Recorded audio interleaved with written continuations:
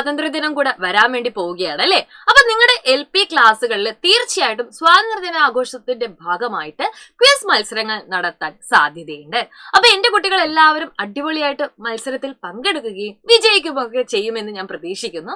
അതിനു വേണ്ടിയിട്ട് നിങ്ങൾ എല്ലാവരെയും ഹെൽപ്പ് ചെയ്യുന്ന കുറച്ച് ചോദ്യങ്ങളുമായിട്ടാണ് മിസ് ഇപ്പൊ വന്നിരിക്കുന്നത്.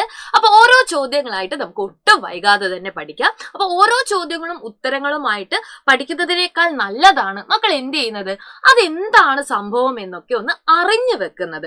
ഒരു ചോദ്യം ഒരു ഉത്തരം എന്നുള്ളത് കാണാപ്പാഠം പഠിക്കാതെ നമുക്ക് ഓരോ ചോദ്യങ്ങളായിട്ട് എന്താണെന്നുള്ളതും കൂടെ ഒന്ന് മനസ്സിലാക്കാം. ഓക്കെ, ആദ്യത്തെ ചോദ്യം എന്ന് പറയുന്നത് first war of Indian independence happened in എന്നാണ്. ഒന്നാം സ്വാതന്ത്ര്യ സമരം നടന്ന വർഷം. അപ്പൊ ഇന്ത്യ എന്ന് പറയുന്ന മഹാരാജ്യത്ത് നിങ്ങൾക്ക് അറിയാലേ ഒരുപാട് വർഷക്കാലം ഭരിച്ചിരുന്നത് വിദേശ ശക്തികളായിരുന്നു. ഇന്ത്യയിൽ കച്ചവടത്തിന് വേണ്ടിയിട്ടായിരുന്നു ആദ്യമായിട്ട് ബ്രിട്ടീഷുകാർ വരുന്നത്. പക്ഷെ പതിയെ പതിയെ അവരെന്ത് ചെയ്യാണ്, ഇന്ത്യയുടെ ഭരണം കീഴടക്കുകയാണ്.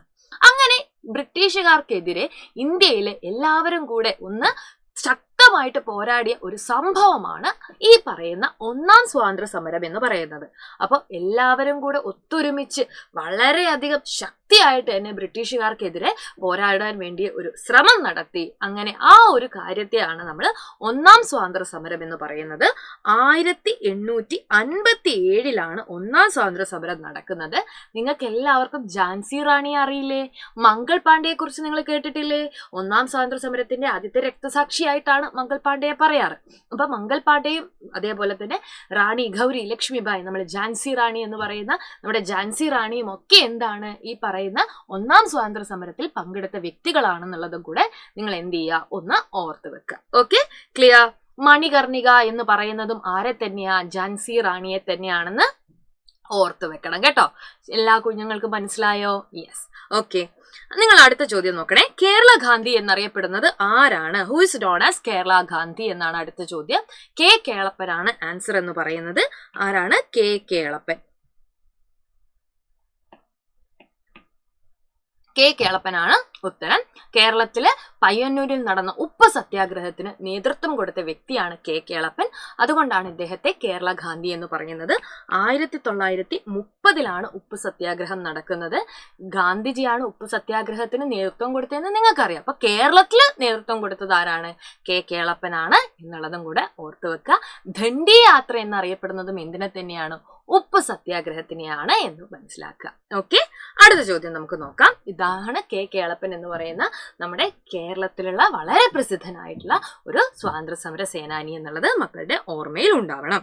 ഓക്കെ, അടുത്ത ചോദ്യം എന്ന് പറയുന്നത് ക്വിറ്റ് ഇന്ത്യ സമരത്തിൽ ഗാന്ധിജി നടത്തിയ സമരാഹ്വാനം എന്താണെന്നാണ്. The slogan raised by Gandhiji in the time of quit India movement. അപ്പൊ ക്വിറ്റ് ഇന്ത്യ സമരം നടക്കുന്ന വർഷം 1942. എന്നാൽ ക്വിറ്റ് ഇന്ത്യ പ്രമേയം പാസ്സാക്കുന്നത് ജവഹർലാൽ നെഹ്റു ആണ്. ഓഗസ്റ്റ് 8 ഈ ഒരു സമരം ആരംഭിക്കുന്നത്. അതിനുശേഷം ഓഗസ്റ്റ് 9 എല്ലാവരും എന്ത് ചെയ്യാണ്? അറസ്റ്റ് ചെയ്യാണ് ഗാന്ധിജിയെയും നെഹ്റുവിനെയും ഒക്കെ. അപ്പൊ ഈ ഒരു അവസരത്തിൽ ഗാന്ധിജി, ഇന്ത്യയിലുള്ള എല്ലാ ജനങ്ങളും ക്വിറ്റ് ഇന്ത്യ സമരത്തിൽ പങ്കെടുക്കുന്നുണ്ട്. അപ്പൊ ഗാന്ധിജി ഒരു മുദ്രാവാക്യം ഉയർത്തിയിട്ടുണ്ടായിരുന്നു. പ്രവർത്തിക്കുക അല്ലെങ്കിൽ മരിക്കുക, ഡു ഓർ ഡൈ എന്നുള്ളതാണ് അദ്ദേഹത്തിന്റെ പ്രസിദ്ധമായിട്ടുള്ള ക്വിറ്റ് ഇന്ത്യ സമരത്തിലുണ്ടായിരുന്ന ഒരു മുദ്രാവാക്യം എന്ന് പറയുന്നത്. എന്റെ ജീവിതമാണ് എന്റെ സന്ദേശം എന്ന് പറഞ്ഞതും മഹാത്മാഗാന്ധി തന്നെയാണ്. കുട്ടികൾ സ്നേഹത്തോടെ ബാപ്പുജി എന്ന് വിളിച്ചത് ആരെയാണ്?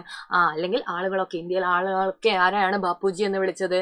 ഗാന്ധിയെയാണ്. എന്നാൽ കുട്ടികളെ ഒരുപാട് സ്നേഹിക്കുന്ന ശിശുദിനം ആരുടേതാണ് എന്ന് ചോദിച്ചു കഴിഞ്ഞാൽ, അല്ലെ ആരുടെ ബർത്ത്ഡേ ആണ് നമ്മൾ ശിശുദിനമായിട്ട് ആചരിക്കുന്നതെന്ന് ചോദിച്ചാൽ അത് നെഹ്റുവിനെയാണ്. നെഹ്റുവിനെ നമ്മൾ ചാച്ചാജി എന്നാണ് വിളിച്ചിരിക്കുന്നത്. നെഹ്റുവിനെ നമ്മൾ എന്താ വിളിച്ചിരിക്കുന്നത്? ചാച്ചാജി എന്നാണ്. ഓക്കെ അല്ലേ? എല്ലാവർക്കും മനസ്സിലായോ? യെസ്. ഇനി കേരളത്തില് നമ്മൾ പറഞ്ഞിട്ടുണ്ട് സ്വാതന്ത്ര്യ സമരവുമായിട്ട് ബന്ധപ്പെട്ട് ഒരുപാട് സംഭവങ്ങൾ നടന്നിട്ടുണ്ട്. അതിൽ വളരെ പ്രധാനപ്പെട്ട ഒരു സംഭവമാണ് മലബാർ കലാപം എന്ന് പറയുന്നത്. മലബാർ കലാപം എവിടെയാണ് നടന്നതെന്ന് വെച്ച് കഴിഞ്ഞാൽ, ഏത് സംസ്ഥാനത്താണെന്ന് വെച്ച് കഴിഞ്ഞാൽ നമ്മുടെ കേരളത്തിലാണെന്നുള്ളത് ഓർത്ത് വെക്കുക.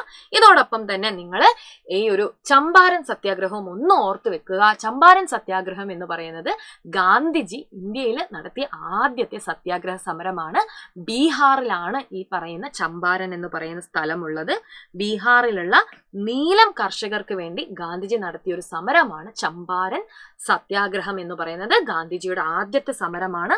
1917 നടന്നിരിക്കുന്നത്. അപ്പം മലബാർ കലാപത്തോടനുബന്ധിച്ച് കേരളത്തിലാണല്ലോ നടന്ന ഒരു ദാരുണമായിട്ടുള്ള സംഭവമുണ്ട്. വാഗൺ ട്രാജഡി എന്നാണ് ഈ ഒരു സംഭവം അറിയപ്പെടുന്നത്. അപ്പൊ വാഗൺ ട്രാജഡി എവിടെയാന്ന് വെച്ചാൽ കേരളത്തിലാണ്. മലബാർ കലാപവുമായിട്ട് നടന്ന ഒരു സംഭവമാണ് എന്നുള്ളത് ഓർക്കുക. ഇതോടൊപ്പം തന്നെ ജാലിയൻ വാലാബാഗിനെ പറ്റി ചോദ്യങ്ങൾ ഉണ്ടാവും. 1919 ജാലിയൻ വാലാബാഗ് നടന്നത്. നമ്മൾ ക്വിറ്റ് ഇന്ത്യ സമരം ഓൾറെഡി പറഞ്ഞു കഴിഞ്ഞു, 1930. അപ്പൊ ഇനിയും ഒരുപാട് ചോദ്യങ്ങൾ ചോദിക്കാൻ സാധ്യതയുണ്ട്. അപ്പൊ മക്കളെല്ലാവരും എന്ത് ചെയ്യുക, ഗംഭീരമായിട്ട് പഠിക്കുക, ഉഷാറായിട്ട് എല്ലാവർക്കും വിൻ ചെയ്യാൻ സാധിക്കട്ടെ. All the very best.